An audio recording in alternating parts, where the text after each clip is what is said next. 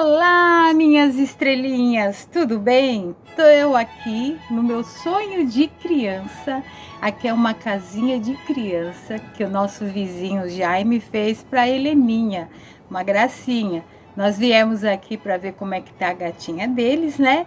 E aí eu me encantei. Depois eu vou mostrar essa casinha para vocês, capaz que eu até coloque a foto dela como capa.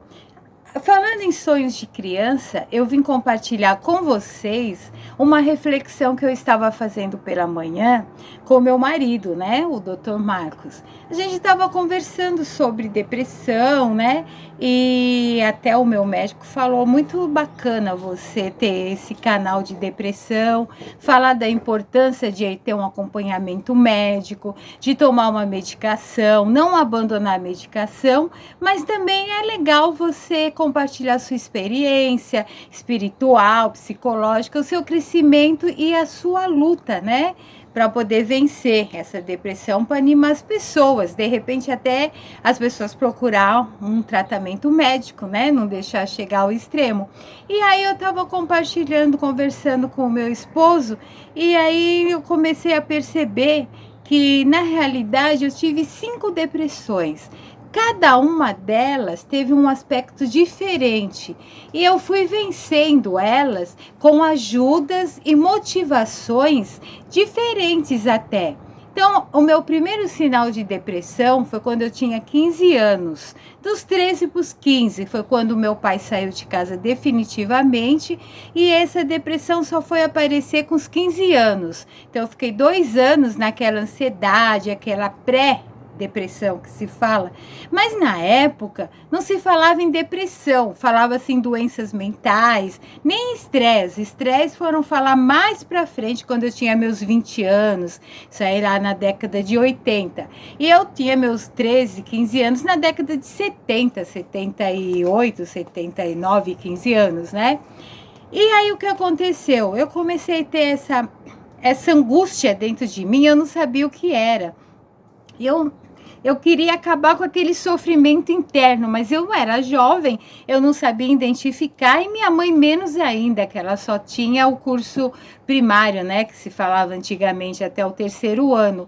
E eu, às vezes, eu pegava até aquela faquinha, né, e ficava assim me machucando o dedo, machucava, mas não tinha coragem de cortar pulso, nada disso. Mas eu ficava sentindo aquela dor, para mim era um prazer sentir. É como o Marcos fala no canal dele, né?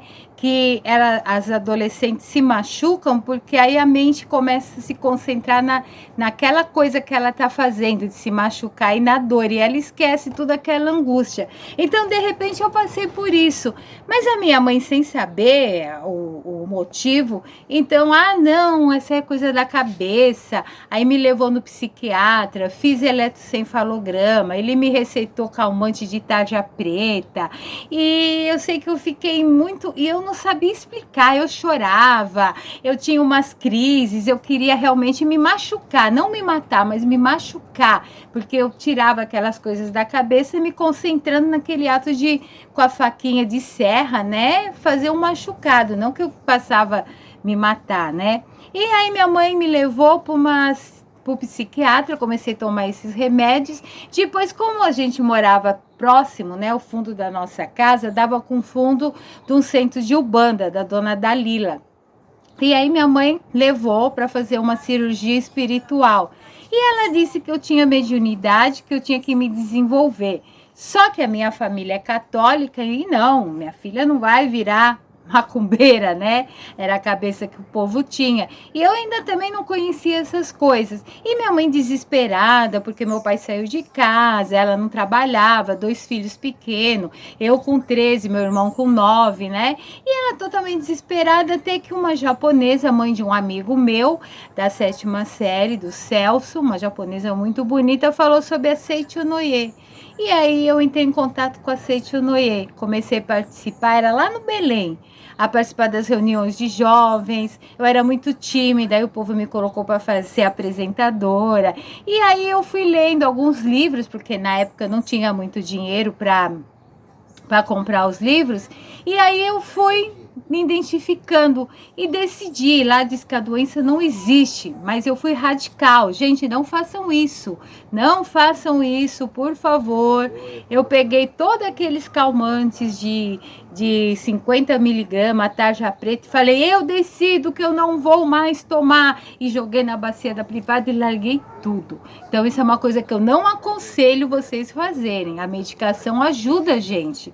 Talvez, se naquela época eu tivesse continuado um tratamento, mas não com calmante, talvez um antidepressivo, se o pessoal tivesse vendo esse olhar que hoje, graças a Deus, nós temos, eu não teria outra crise, né?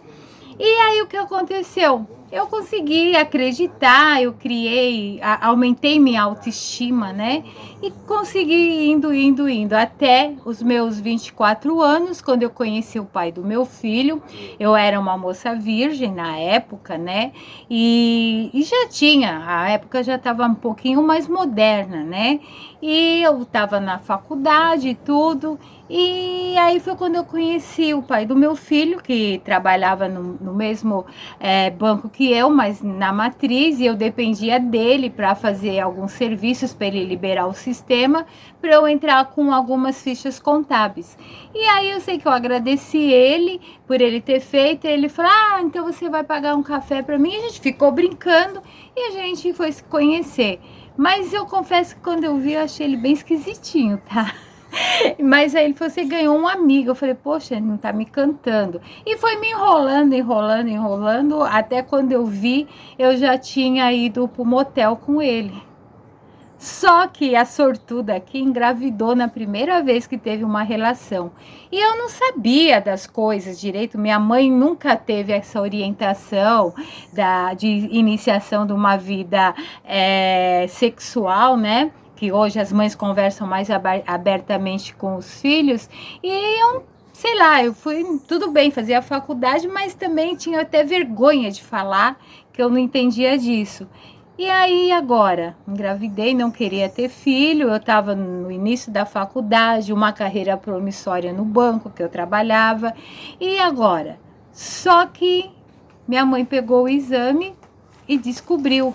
Aí foi um inferno. Ela falou com a minha família, aí falou que eu era uma como que eu posso usar o termo? Não sei se eu posso falar aqui ou se vai ser censurado pelo YouTube, mas uma prostituta, mas ela falou o nome vulgar, né? E que ninguém da família, todas casaram de branco, não sei se foram virgens, né? Mas casaram de branco, mas eu era vergonha, ovelha negra, e ela me difamou pro bairro inteiro. E a minha tia, né? A minha tia mais velha, que inclusive também participou da separação do meu pai, chamando a polícia, que foi um trauma meu, ela me deu um tapa na cara, que vocês podem ver que até meu nariz aqui tá um pouquinho torto, quebrou meu nariz, né? E minha mãe sem fazer nada, eu me senti perdida nisso tudo, acabei perdendo essa criança.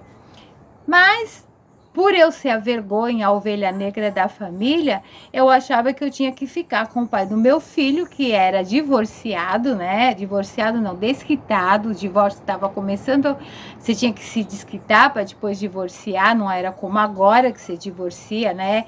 Isso em 89, mais ou menos, né? E já consegue o divórcio. Então ele já era desquitado, ele era pai de uma menina de 6 anos e um menino de 1 ano e meio. E eu achava que, como eu era vergonha, eu tinha que provar. Isso é uma coisa, é outra besteira que a gente faz, é querer provar, sabe, para os outros que a gente não é o que eles pensam. Meu, isso aí não tem nada a ver. A gente sabe quem somos nós e Deus também sabe. Mas não, a cabecinha da gente quando jovem, e eu falei, não, eu vou ter que ficar com ele. E fiquei. Não existia amor, existia sim uma atração sexual para quem nunca tinha experimentado. Você nunca comeu melado, quando come você acha bom. Então, mas não existia, porque mesmo o meu amor, que era um amor de longe, era por uma outra pessoa com 13 anos, né? Mas aí tudo bem, eu vou ter que me retratar, mostrar. E assim foi. Fiquei com o pai do meu filho, depois todo mundo sendo mãe. Eu falei, vou ser mãe também, mas o que eu tenho? O pai do meu filho, né? E vai com ele mesmo. Tanto é que eu tive um filho só. E aí foram 20 anos nessa luta que aos poucos vocês vão me conhecer, né? Saber de tudo que eu passei.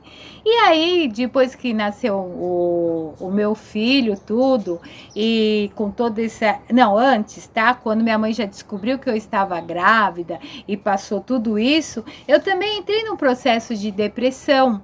E aí, nessa época, eu estava tão com a estima tão baixa que para mim não fazia sentido viver. E eu tinha crises que eu queria me jogar do carro embaixo de um caminhão, eu queria me matar mesmo. Aí o pai do meu filho me segurava e como ele frequentava a Umbanda, tudo, ele era um médium da Umbanda, vou levar lá para você. Levou também, mais uma vez eu fui num terreiro de Umbanda, e aí o pai do meu filho recebe lá, ele tem cigano, ele tem pombagira, Exu, e o pessoal sempre dizia, você tem que se desenvolver.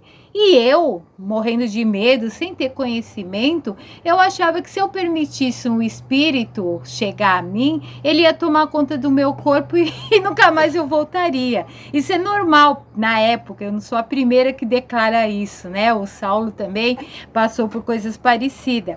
Mas que existe uma mediunidade, existe em todos nós, um mais e um menos.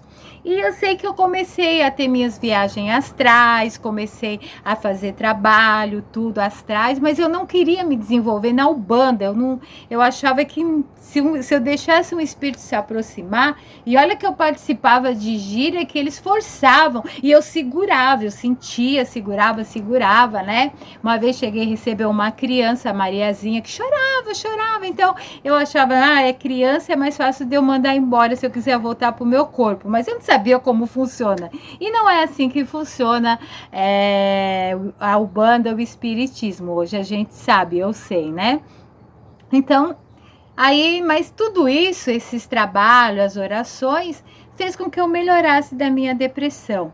Depois veio a gravidez, veio o meu filho, com 2 anos, meu filho tinha 2 anos, eu tive a primeira separação com o pai do meu filho, mas eu também estava com a autoestima baixa, depois eu acabei voltando com ele. Então, tudo isso foi aquela coisa de eu vou ter que me conformar, minha vida é ser mãe, é ficar barriguda, com a barriga encardida do tanque do fogão. Então, era isso, mesmo trabalhando fora, mas eu achava que eu não tinha mais um sonho meu, eu não tinha mais essa vida, né? E aí o que aconteceu? Caí em depressão novamente. Aí fui buscar ajuda, porque o pai do meu filho dizia que eu era louca. Eu falei, eu sou louca, eu vou buscar tratamento. Fui buscar tratamento, aí tomei uma medicação que vinha até aquele aviso, cuidado que isso pode fazer com que você tenha um sentimento de suicídio, né? E eu tomei aquilo lá, e muitas vezes pensava, eu saía correndo, eu pensava em me jogar embaixo do carro, mesmo com meu filho pequeno, né? Eu pensava, mas de repente parecia que tinha uma força maior, uma espiritualidade, os meus mentores e mestres que sempre estiveram comigo, que todos nós temos, ou o anjo da guarda, né? Que o pessoal falava assim, não, você tem uma obrigação, você tem uma criança que você pôs no mundo, você e você tem que cuidar dele até uma certa idade. E aí eu voltava arrependida e mais uma vez aceitava tudo que o pai do meu filho fazia, e fui indo assim por 20 anos, tá? Até que meu filho, com 22, né, conheceu uma moça pela internet e de uma hora para outra resolveu juntar os paninhos, depois eles casaram. Eu fui comunicada do casamento do meu filho, não acompanhei todo aquele processo, um filho único, né? E aí o que aconteceu? Eu sozinha, nunca tinha ficado sozinha numa casa, porque minha mãe nunca admitiu eu viajar sozinha, eu ficar sozinha. Depois eu fiquei com o pai do meu filho foi embora, gente, né? E quando meu filho tinha 17 anos, e aí eu tava com meu filho. Mas quando meu filho saiu de casa, tava eu lá sozinha, eu comigo mesma. Olha isso, gente. Eu comigo mesma. Esse é um dos segredinhos, é você poder ter a imersão dentro de você. E aí eu poxa, eu não sabia quem eu era, qual era meu objetivo, porque eu vivi para minha mãe e meu irmão, para o pai do meu filho, depois para o meu filho, e quando eu vi sem todas essas pessoas, quem era aquilo? Eu não sabia nem do que eu gostava. Eu ouvi o pessoal falar: olha, faça 1 hora daquilo que você gosta. Mas do que eu gostava, nem eu sabia. E aí eu lembro que eu estava deitada assistindo a televisão e me veio na cabeça: poxa, que vida de merda, né? Você cresceu, se esforçou, estudou, passou fome, tudo que você passou, você cuidou do seu filho e agora seu filho te, entre aspas, abandona. A síndrome do ninho vazio. Mas era o que eu estava sentindo na época. Aí veio aquela coisa de que vale a vida. E nessa época eu tinha já saído da área de economia, de finanças e estava na área da educação. Porque eu já tinha pedido que eu não queria mais ter as minhas viagens astrais, ficar vendo espírito como se fosse gente de verdade, porque eu tinha que cuidar do meu filho. Então, que Deus me colocasse no trabalho onde eu pudesse ter um trabalho espiritual. E fui para a área da educação, trabalhar numa escola da periferia. E eu estava nessa época trabalhando como coordenadora de uma escola na periferia, bem no meio da boca de fumo mesmo. E quando veio essa ideia na minha cabeça, eu falei, mas de que vale essa vida? Eu falei, nossa, aí parece que veio um mentor, veio os meus anjos, falou assim para mim, peraí, que isso? Você vai querer se matar agora? Você tem uma obrigação, você tem 1.380 filhos, que eram todos os alunos da escola que eu trabalhava, que era do 1º ao 5º ano. Eles precisam de vocês. Então, assim, na hora abriu aquela tela, assim, e eu vi aquelas crianças carentes, mal cuidada, que as mães largavam, iam para a escola suja, com carência de amor, crianças que viu o pai matar a própria mãe, e aquilo falou, não, então é para isso que eu tô aqui, eu não vou fazer.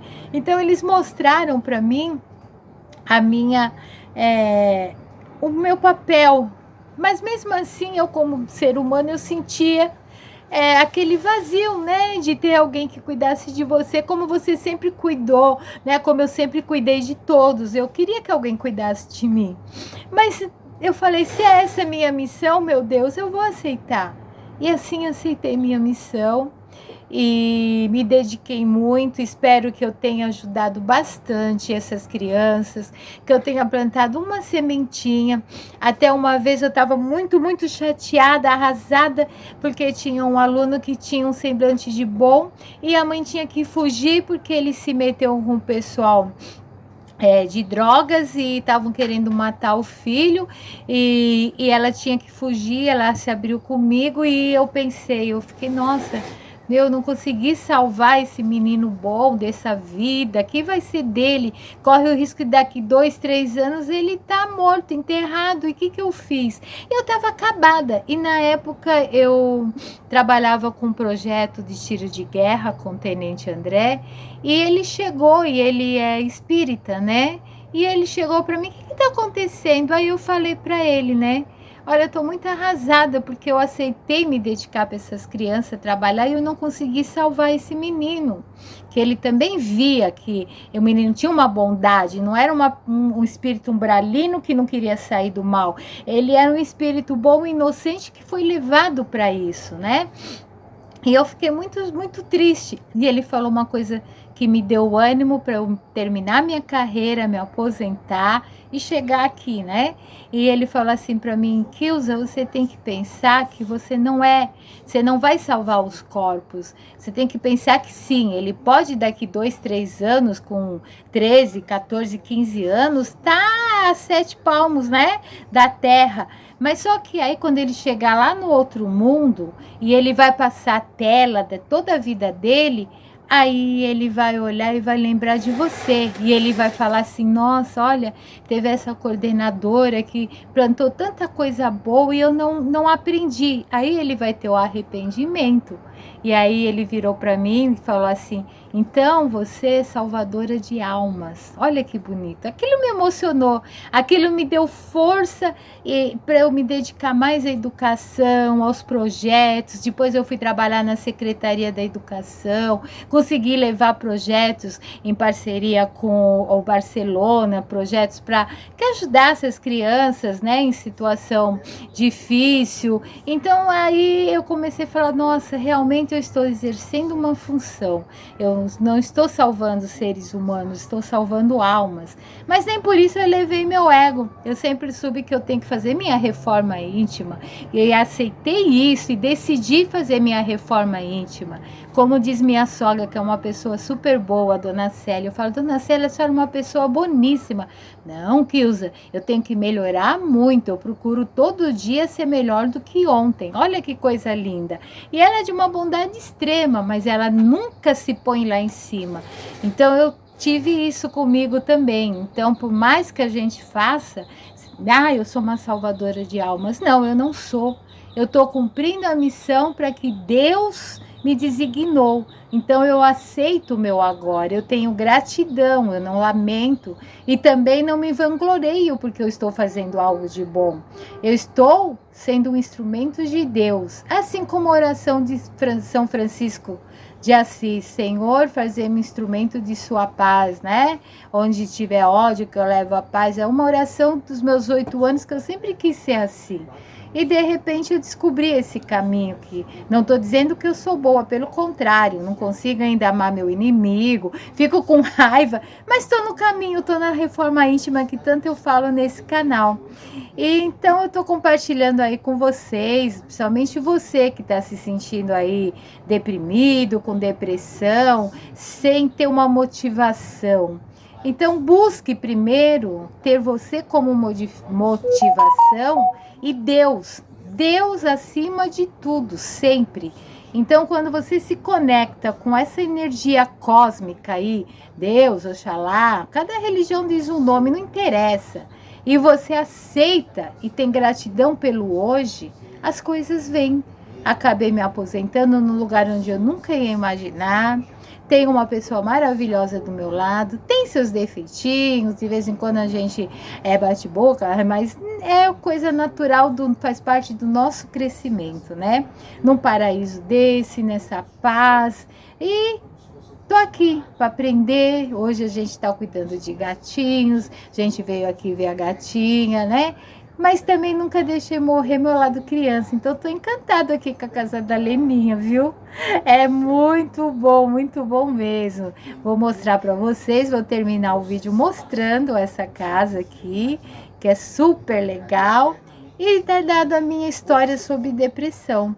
E hoje eu estou enfrentando uma depressão diferente. Então, olha só que interessante.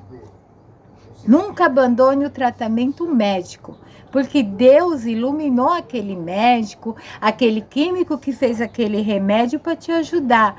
Também busque uma crença, acreditar. Não estou falando de religião, mas acredite em algo, acredite na sua missão, acredite em você. Então são as duas coisas. E nunca, sempre queira, não se entregue nunca.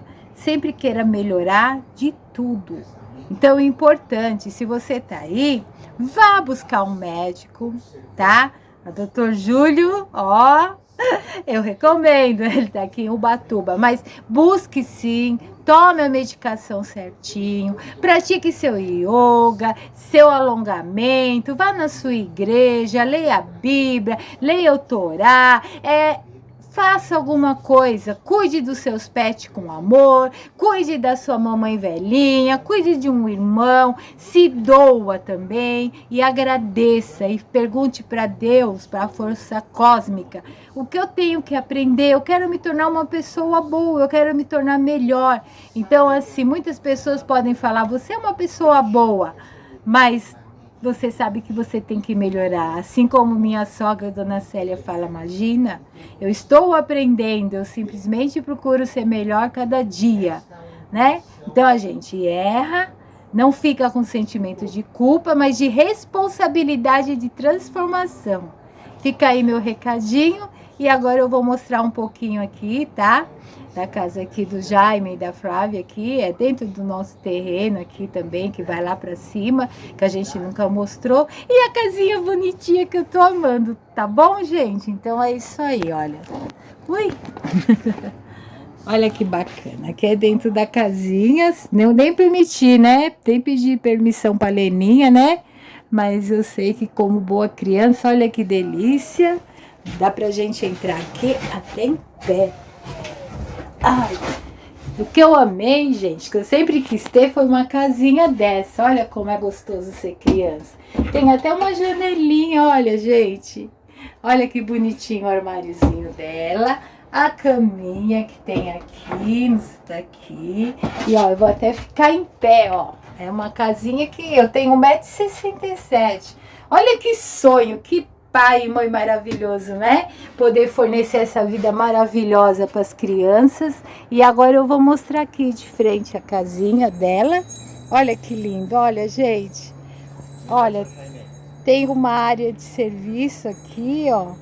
Área de serviço não. Um terracinho fofo. Olha que bonitinho. Olha, gente. Olha que... E aqui é toda a mata. Descendo aqui a gente sai na nossa casa, tá vendo? Aqui é a casa deles, feito com baba de cupim, tá? Que os caiçaras fazem. Eles fazem alguma plantação de boldo do Chile, né? Então, descendo aqui, gente, ó. Aqui. Tá vendo? Lá embaixo é a trilha que a gente faz para sair perto daquele pátio doméstico. Daquela escada onde tem aquela ponte, né? Então aqui eu vou mostrar para vocês. Vai ser um vídeo longo, mas gostoso, tá? Então aqui é a mesinha, tá lá o marido falando com o Jaime, parceiro, um cara que tem uma história linda, linda, linda, tá? Que também venceu. Olha a casinha, gente. Olha aqui. Olha lá. Ali tá o Dr. Marcos falando com o Jaime. O Jaime é um cara que superou, tem uma história linda. Qualquer dia a gente vai contar. Então eu deixo vocês aqui com um grande beijo. Comece a se arriscar para lá, tchau. encontre os gatos, aí vai ficar um